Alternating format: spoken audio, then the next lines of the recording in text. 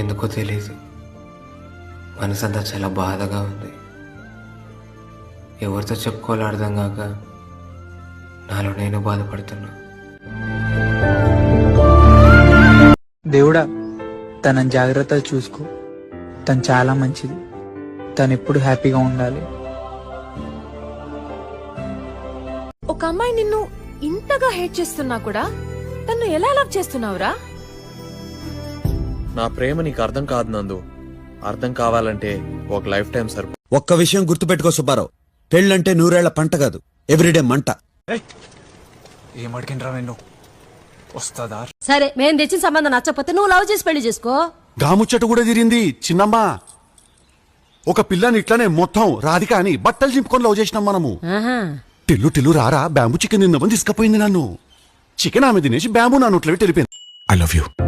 చూసావా